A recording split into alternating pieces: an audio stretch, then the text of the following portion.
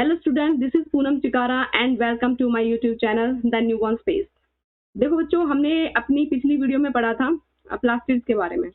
हमारा जो चैप्टर चल रहा है वो चल रहा है हमारा fundamental unit of life class 9th।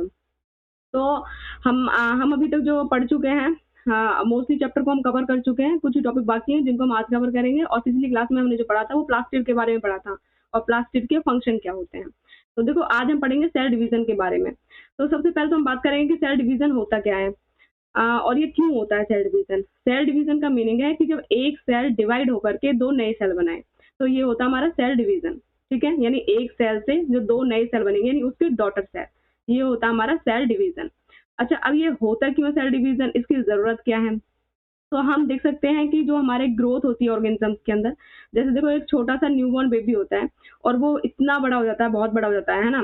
तो वो कैसे होता है, मतलब छोटे से लेकर के वो इतना बड़ा हो जाता है, कैसे होता है। उसमें क्या होता है, जो सेल हमारे डिवाइड करते हैं और जब सेल डिवाइड करते हैं तो नए सेल बनते हैं और लगातार इस तरह से हमारे सेल डिवाइड होते जाते हैं और नए नए सेल बनते जाते हैं और इस तरह से वो छोटा सा बच्चा बहुत बड़ा हो जाता है। ठीक है, तो हमारी ग्रोथ के लिए भी बहुत ज्यादा इंपॉर्टेंट होता है हमारा सेल डिवीजन।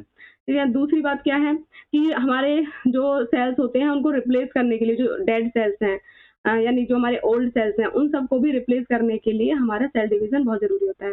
कैसे, जैसे देखो, अगर तुम देख सकते हो तुम्हारे फेस पर कभी भी कोई पिंपल हुआ है, ठीक है, या फिर कोई भी फुंसी हो जाती है हमें बॉडी पे, तो क्या होता है कुछ टाइम बाद उसका दाग जो होता है वो धीरे धीरे खत्म हो जाता है। ऐसा कैसे होता है, क्योंकि हमारी बॉडी के जो सेल्स हैं वो डिवाइड करते हैं और जो डेड सेल्स थे या फिर जो ओल्ड सेल्स थे वो रिप्लेस हो जाते हैं। या फिर हम ऐसे भी देख सकते हैं कि जैसे हमें कोई चोट लग जाती है, कोई इंजरी हो जाती है, तो उसमें क्या होता है, उसमें भी यही होता है कि भाई हमारे जो डेड सेल्स, जो जिन सेल्स में हमें चोट लग चुकी है वो रिप्लेस हो जाते हैं, उनकी जगह पे नए सेल्स बन जाते हैं और हमारा जो घाव है वो भर जाता है। इस तरह से हम ठीक हो जाते हैं। ठीक है, तो आप लोगों ने देखा कि सेल डिवीजन की कितनी ज्यादा जरूरत है हमारी बॉडी में, कितनी ज्यादा इंपॉर्टेंस है। तो सेल डिवीजन बहुत जरूरी है हमारी बॉडी के लिए। अच्छा, अब हम एक चीज और देखेंगे कि जो सेल डिवीजन है वो हमारा गैमिट फॉर्मेशन में भी होता है। तो गैमिट क्या होते हैं, जैसे कि तुम्हें पता है कि जो हमारा मेल गैमिट्स होते हैं, फीमेल गैमिट्स होते हैं, और मेल गैमिट और फीमेल गैमिट से फिर फ्यूजन होता है, उन दोनों का फर्टिलाइजेशन होता है और उसी से हमारा न्यूबॉर्न बेबी या फिर ऑफस्प्रिंग बनते हैं। ठीक है, यानी किसी भी ऑर्गेनिजम्स के। तो वो बहुत जरूरी है, मतलब जनरेशन को आगे बढ़ाने के लिए। ठीक है बच्चों, तो चलो हम आगे देखते हैं कि हमारा जो सेल डिवीजन है ये हमारा कितने टाइप का होता है। सेल डिवीजन हमारा 2 टाइप से होता है, माइटोसिस एंड मियोसिस। तो इन दोनों में क्या फर्क है, माइटोसिस क्या होता है, मियोसिस क्या होता है, इसको हम देखते हैं। नेक्स्ट स्लाइड पे मूव करते हैं इसके लिए। देखो बच्चों, यहाँ पे मैंने लिखा हुआ है सेल डिवीजन के टाइप, माइटोसिस एंड मियोसिस। तो पहले हम अपने फिगर को देखेंगे, पहले अपने डायग्राम को देखेंगे। हम देखो इसमें आप देख पा रहे होंगे ये माइटोसिस है इधर और इधर मैंने मियोसिस है। तो माइटोसिस में क्या आप देख रहे हो कि हमारा यहाँ पे देखो 2n है, यानी कि जो हमारी बॉडी के सेल्स हैं उनके अंदर होते हैं हमारे जो क्रोमोसोम नंबर है उनको हम रिप्रेजेंट करते हैं 2n से। ठीक है, तो हमारी बॉडी के कोई भी एक सेल लो तो उसके अंदर जो तुम्हें नंबर ऑफ क्रोमोसोम मिलेंगे वो कितने मिलेंगे, 2n मिलेंगे। अच्छा ठीक है, तो जो हमारे 2n जो सेल है और जो डिवाइड करता है, तो इससे दो सेल बने हैं। माइटोसिस में तुम देख पा रहे होंगे कि इसमें एक सेल से दो सेल डिवाइड हुए हैं और दोनों ही सेल में 2n और 2n आया है, यानी कि जितना नंबर ऑफ क्रोमोसोम हमारे पहले सेल में है, तो उसके जब वो डिवाइड हुआ है, जब उसकी दो डॉटर सेल बनी है, तो डॉटर सेल बनने पर भी उनमें 2n ही आया है। यानी कि जो डॉटर सेल है वो अपनी मदर सेल के बिल्कुल आइडेंटिकल है। ठीक है, उसमें नंबर ऑफ क्रोमोसोम में कोई चेंज नहीं हुआ है। तो इस प्रोसेस को हम बोलते हैं माइटोसिस, यानी कि जो हमारा सेल डिवीजन का प्रोसेस है इसको बोलते हैं माइटोसिस, जब नंबर ऑफ क्रोमोसोम अपनी मदर सेल के बिल्कुल आइडेंटिकल हो अपनी डॉटर सेल में। ठीक है, इसमें कोई चेंज नहीं हुआ है। लेकिन इधर अगर आप मियोसिस में देखें तो मियोसिस में क्या देख रहे हो कि जो हमारी मदर सेल है उसके अंदर 2n है, यानी नंबर ऑफ क्रोमोसोम 2n है। ठीक है, उसके बाद आप देख पा रहे होंगे कि जो हमारा जो ये स्टेप हुआ है, यानी जो हमारा डिवीजन हुआ है, डिवीजन में आप देख पा रहे होंगे कि 2n से एक n हमारा इधर एक सेल में आ गया है, उसके एक डॉटर सेल में, और जो दूसरा डॉटर सेल है एक n उसमें आ गया है। यानी कह सकते हैं हम कि जो हमारा मदर सेल है उससे हाफ नंबर ऑफ क्रोमोसोम हमारे डॉटर सेल के अंदर आए हैं। ठीक है, उसके बाद आप एक चीज और देखोगे कि यहाँ पे तो डिवीजन सिर्फ एक ही बार हुआ है, लेकिन यहाँ पे जब ये डॉटर सेल का डिवीजन फर्दर हुआ है, यानी कि एक बार और डिवीजन हुआ है। तो कहने का मतलब ये है कि मियोसिस में 2 बार डिवीजन होता है।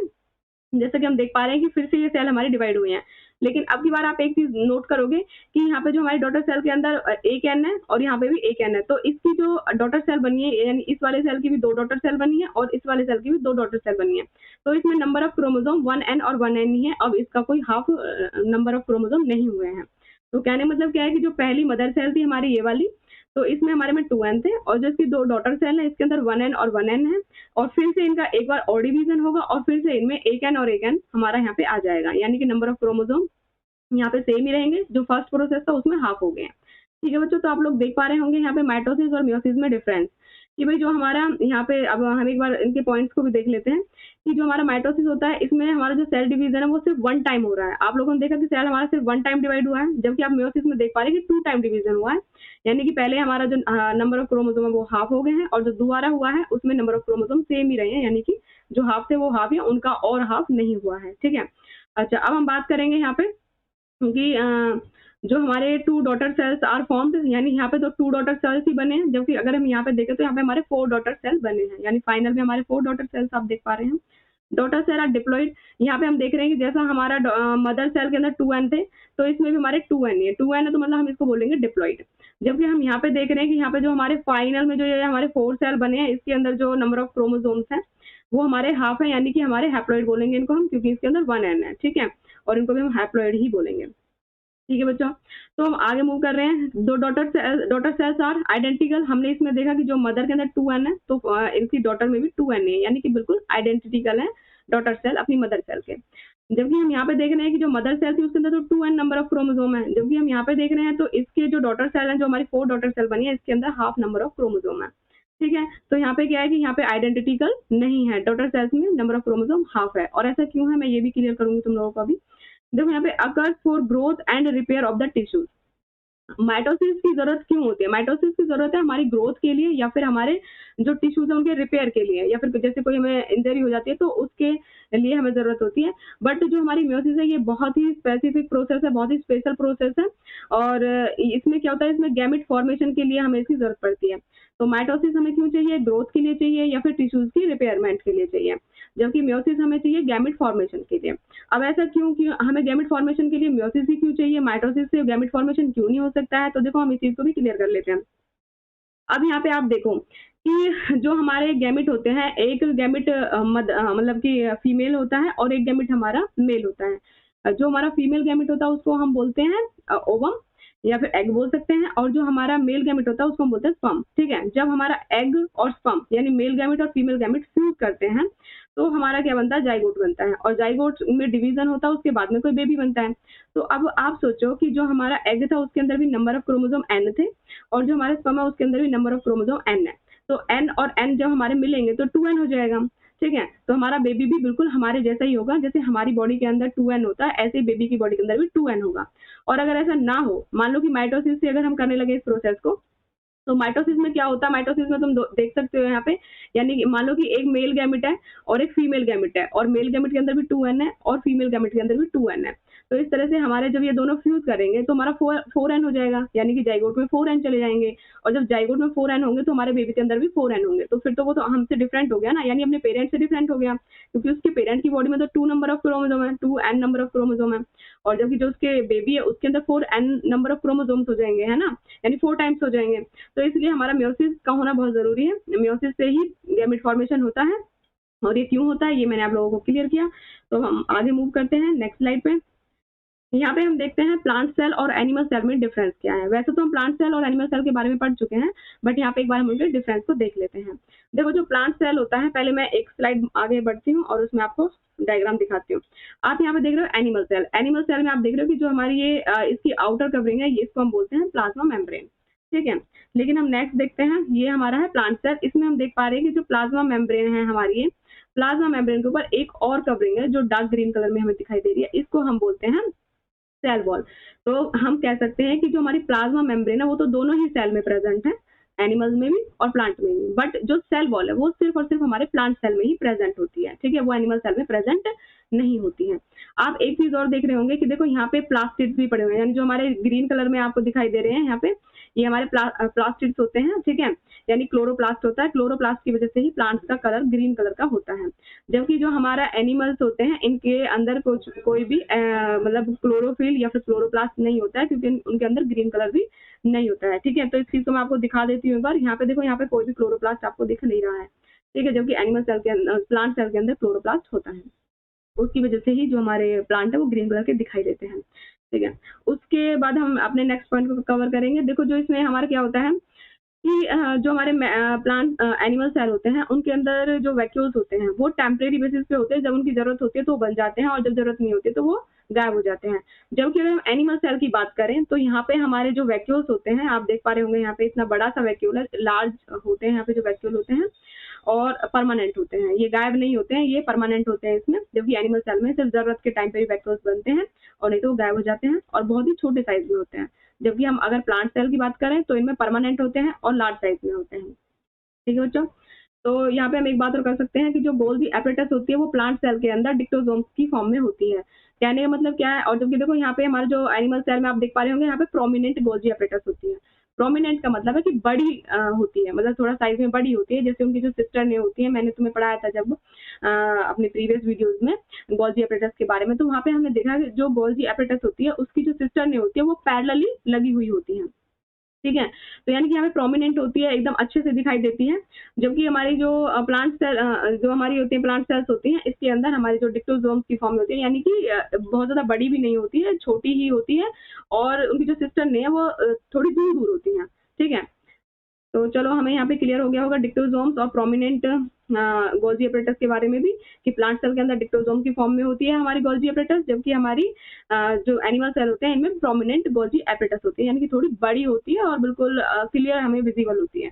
जबकि प्लांट सेल के अंदर थोड़ा साइज भी कम होता है और जो उनकी सिस्टर ने है वो थोड़ी दूर दूर होती है। ठीक है बच्चों, तो चलो हम आगे मूव करते हैं। अब यहाँ पे एक चीज और मैं बता देती हूँ कि हम जो ये होती है हमारी जो एनिमल सेल है इनके अंदर ये सेंट्रियोल्स प्रेजेंट होते हैं। यहाँ पे देख पा रहे होंगे सेंट्रियोल्स प्रेजेंट होते हैं।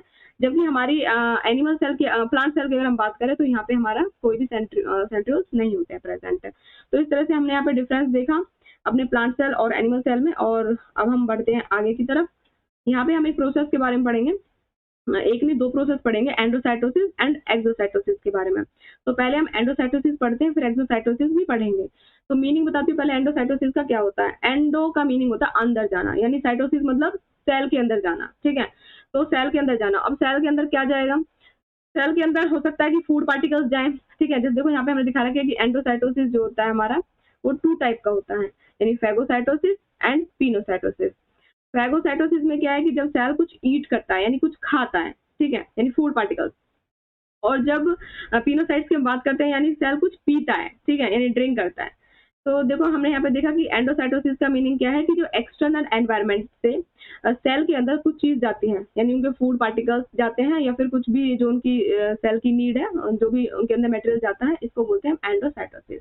और एंडोसाइटोसिस हमारा 2 टाइप्स का, फेगोसाइटोसिस एंड पिनोसाइटोसिस। फेगोसाइटिस का मतलब जब वो सेल कुछ खाती है और पिनोसाइटोसिस जब सेल कुछ पीती है। ठीक है, तो देखो हमने इसमें फिगर में भी यहाँ पे दिखाया हुआ है एंडोसाइटोसिस को, कि ये कुछ पार्टिकल्स यहाँ पे बाहर पड़े हुए हैं और ये सेल के अंदर जाना चाह रहे हैं। तो सेल ने अपनी जो मेम्ब्रेन है उसको देखो किस तरह से डिजाइन दिया है ताकि वो जो पार्टिकल्स है वो सेल के अंदर चले जाएं। इस तरह से उन्होंने अपने जो सेल मेम्ब्रेन मॉडिफाई किया और फिर इस तरह से वेसिकल्स की फॉर्म में पार्टिकल्स अंदर चले गए हैं। ठीक है, तो फिगर में दिख रहा है कि किस तरह से एंडोसाइटोसिस यहाँ पे हुआ है। तो आगे बढ़ते हैं हम यहाँ पे एंडोसाइटोसिस की, हम यहाँ पे फेगोसाइटोसिस के बारे में पढ़ेंगे पहले कि फेगोसाइटोसिस किस तरह से होता है। और फेगोसाइटोसिस को समझाने के लिए मैंने यहाँ पे एक डायग्राम ले रखा है, मतलब एक एग्जाम्पल ले रखा है और वो मैंने अमीबा का एग्जाम्पल लिया है। तो पहले देखो अमीबा को हम देख लेते हैं, यहाँ पे पिक्चर के अंदर देखते हैं पहले कि ये हमारा अमीबा है और अमीबा के पास में यहाँ पे फूड पार्टिकल आया है। और देखो अमीबा ने किस तरह से अपनी शेप चेंज कर ली है, यानी कि जो उसकी सेल मेम्ब्रेन है उसने अपनी शेप चेंज कर ली है और वो एक फूड वैक्यूल बनाने की कोशिश कर रही है। तो यहाँ पे अमीबा ने एक फूड वैक्यूल बना लिया और फूड को अंदर ले लिया है। और आप लोग यहाँ पे देख रहे होंगे कि जो हमारे ये ग्रे कलर में हमें दिखाई दे रहे हैं ये है लाइजोसोम। ये लाइजोसोम हमारे फूड पार्टिकल के पास में आने की कोशिश कर रहे हैं और इस तरह से ये फूड पार्टिकल्स के पास में सारे इकट्ठे हो जाते हैं। ठीक है, तो ये एक तरह का हमारा फ्यूजन हो गया किसका, लाइसोसोम का और फूड पार्टिकल का। तो लाइसोसोम का क्या काम होता है, डाइजेशन करना होता है। ये डाइजेस्ट कर देंगे हमारे फूड पार्टिकल को और इस तरह से जो हमारा उस फूड में से जो एसेंशियल पार्टिकल्स है फिर एसेंशियल मटेरियल है, जो भी विटामिन कार्बोहाइड्रेट प्रोटीन विटामिन जो भी कुछ है, तो उसको वो अमीबा की जो बॉडी है वो ले लेगी और जो वेस्ट पार्टिकल्स हैं उनको बॉडी से बाहर निकाल दिया जाएगा। तो इस तरह से ये हमारा जो प्रोसेस आप लोगों ने देखा ये हमारा एंडोसाइटोसिस का प्रोसेस देखा है और अमीबा के केस में देखा है। ठीक है, तो यहाँ पे भी मैंने लिखा हुआ है कि फेगोसाइटोसिस क्या होता है, एक सेल ईटिंग प्रोसेस होता है और इससे वो लार्ज पार्टिकल्स को सेल अपने अंदर ले लेता है। ठीक है, इस प्रोसेस में हमने ये भी देख लिया कि प्लाज्मा मेम्ब्रेन कैसे इन्वेजिगेट हुई है और फूड वैक्यूल्स यहाँ पे बना, ये सब हमने देख लिया है। और यहाँ पे इस तरह से फूड वैक्यूल्स के पास में हमारे जो लाइसोसोम है वो अटैच हुए हैं और फिर जो कंटेंट उसके लिए जरूरी था वो अंदर ले लिया है अमीबा की बॉडी ने, और जो वेस्ट था वो बाहर फेंक दिया। ठीक है, तो ये हमने एंडोसाइटोसिस देखा। इसके बाद में हम देख रहे हैं एंडोसाइटोसिस का दूसरा प्रोसेस पिनोसाइटोसिस। पिनोसाइटोसिस में क्या होता है, यानी सेल ड्रिंक करता है, यानी एक ड्रिंकिंग प्रोसेस होता है। यहाँ पे आप देख रहे हो कि कुछ मटेरियल आप देख रहे हो, यहाँ पे लिक्विड टाइप मटेरियल है और इस तरह से जो हमारा सेल है, सेल की जो मेम्ब्रेन है बाहरी यानी प्लाज्मा मेम्ब्रेन, वो किस तरह से अपने आप को मॉडिफाई कर रही है और करने के बाद में उसने मटेरियल को अंदर लिया और इस तरह वेसिकल की फॉर्म में पार्टिकल्स मटेरियल जो भी अंदर चला गया और अपना सेल यूज कर लेगा इसको। ठीक है, तो चलो आगे बढ़ते हैं बच्चों। तो हम यहाँ पे देखेंगे अब एक्सोसाइटोसिस। अभी हमने यहाँ पे देखा एंडोसाइटोसिस, यानी कि जब सेल किसी भी पार्टिकल को या फिर किसी भी मटेरियल को अंदर लेता है। और एक्सोसाइटोसिस में क्या करता है, जब सेल किसी चीज को बाहर फेंकता है, यानी कि एक तरह से वॉमिटिंग प्रोसेस, यानी कि जो उसका वेस्ट पार्टिकल है या फिर वेस्ट मटेरियल है तो उसको सेल अपने बाहर फेंक देगा। ठीक है, जिसकी उसको कोई जरूरत नहीं है। तो सेल वेस्ट पार्टिकल्स को बाहर किस तरह से निकालता है, बिल्कुल वैसे ही जैसे उसने अंदर लिया था। पहले वेसिकल्स की फॉर्म में वेस्ट पार्टिकल्स होते हैं और बनने के बाद में फिर वो हमारी प्लाज्मा मेम्ब्रेन के पास में अटैच होते हैं आकर के, और प्लाज्मा मेम्ब्रेन के थ्रू जैसे यहाँ पे देखो निकाल करके बाहर फेंक दिया है। तो एक तरह से वॉमिटिंग प्रोसेस है ये। ठीक है, यानी कि ये एक्सोसाइटोसिस जो प्रोसेस होता है सेल को एक तरह क्लीन करने में हेल्प करता है। ठीक है बच्चों, तो यहाँ पे हमने ये सारी चीजें देख ली हैं और हो सकता है कि कुछ सेल के अंदर एंजाइम्स या फिर हार्मोन्स एक्स्ट्रा हो तो उन सबको भी वो बाहर निकाल देते हैं। तो यहाँ पे हमारा जो चैप्टर है वो कंप्लीट होता है बच्चों। और अगर आपको ये वीडियो अच्छी लगी हो, यूजफुल लगी हो, तो लाइक शेयर और कमेंट्स करें और चैनल को सब्सक्राइब कर लें। ठीक है, ताकि आपको वीडियोस मिलती रहें। Okay, thank you.